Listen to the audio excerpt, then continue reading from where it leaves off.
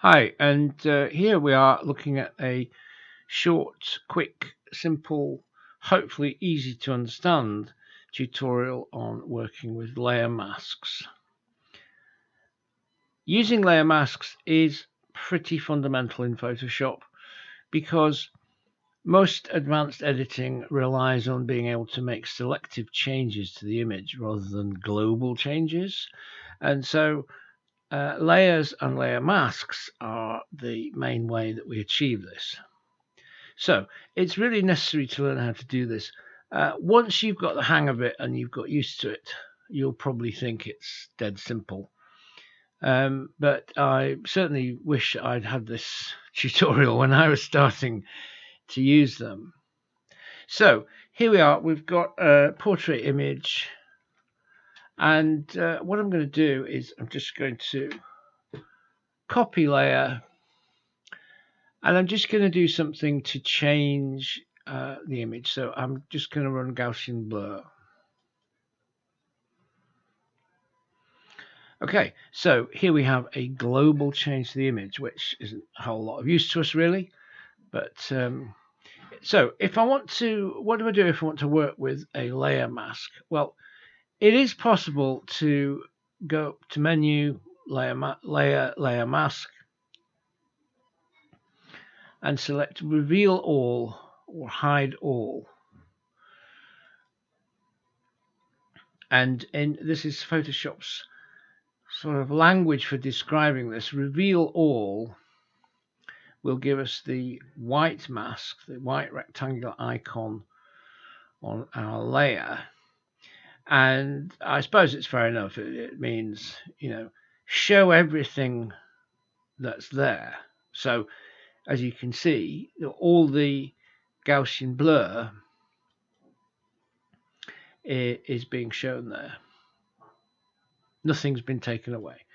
If we were to go and select the layer mask, hide all, we would get the inverted mask or the black mask, which has meaning.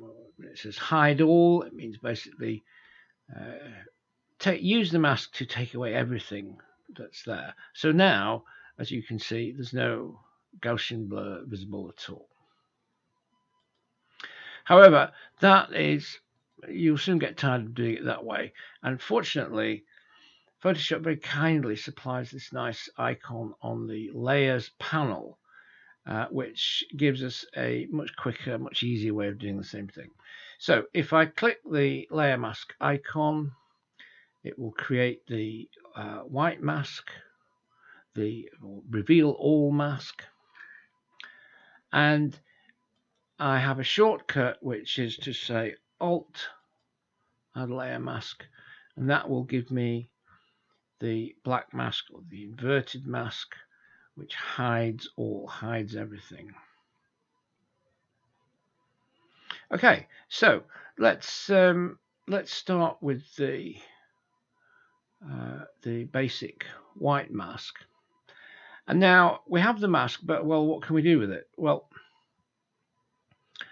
the kind of thing that we would typically do with a mask is if we have the white mask, we need the black brush to do anything with it. And the reverse is true. If we have the black mask, we need the white brush. So now, if we select a brush, a white brush, and try to use that on our white mask, absolutely nothing will happen. We need to select the black brush, put black into foreground. And now if I also, because we're using a brush, opacity and flow will influence the result. So we can set our opacity and flow to something we think will suit us. And now if I begin to brush onto the subject and only onto the subject, you'll see that the Gaussian blur effect on this layer begins to disappear. And when I look at my mask icon, I can see that black shape has appeared where I have used the brush. And in this instance, I think we'll probably, if we want to remove all of it, we need opacity up to 100.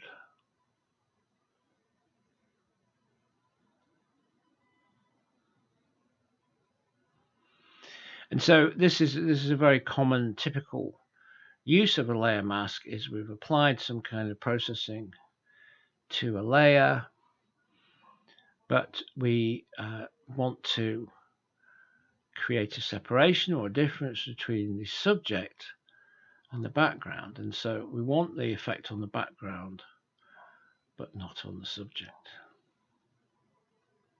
Okay, and I can keep brushing merrily away with that, and if every time I look at my layer icon over here, I can see that the effect has got stronger, and by this point I've pretty much effectively inverted everything where I've used my brush. And just to mention that the icon is a very useful guide, so you can just typically see if you've missed a bit.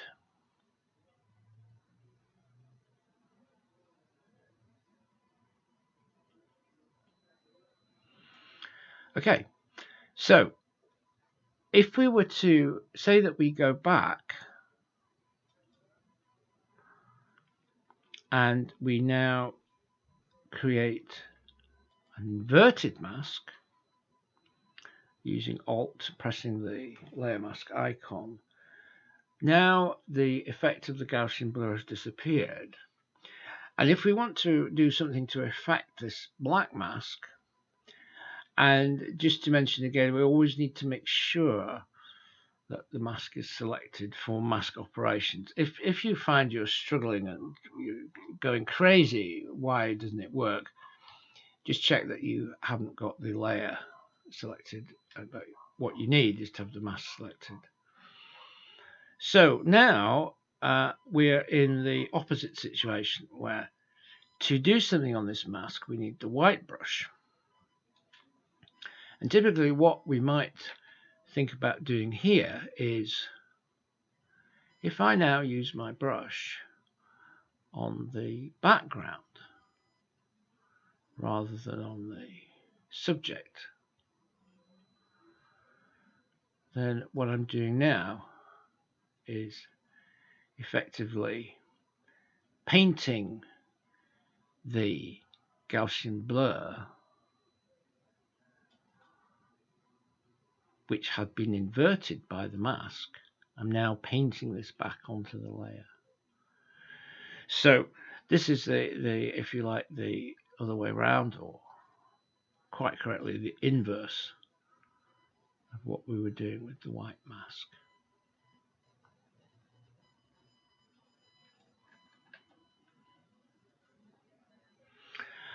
And that's pretty much it, really. Pay careful attention to opacity and flow when you're brushing, because if you want to create you may wish to create a more subtle effect. You may wish to have some blending.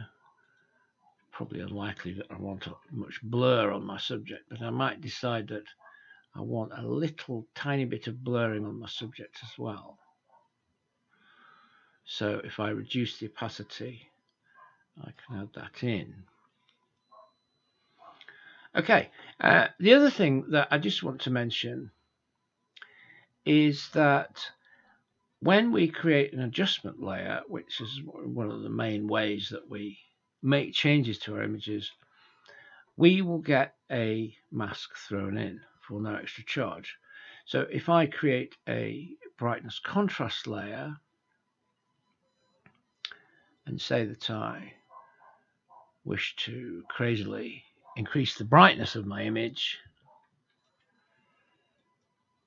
Photoshop has given me a mask, no extra charge. So I could, for example, if I select my black brush,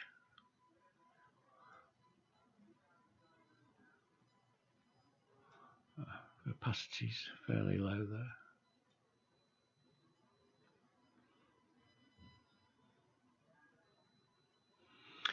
If I select my black brush,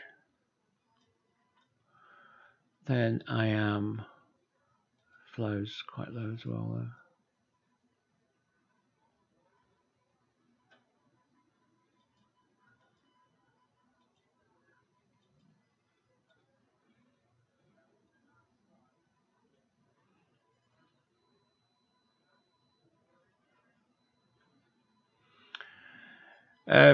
So the black brush, as we move around the image, is inverting the brightness change. If we were to, say, if we go back, say that we decided to use Control-Command-I to invert the mask, so we then have the black rectangle. If we were to select the white brush now, and say that we wish to brush onto the subject, and now you can see the effect of the brightness layer is now, as we brush, is appearing on the subject and also on the mask.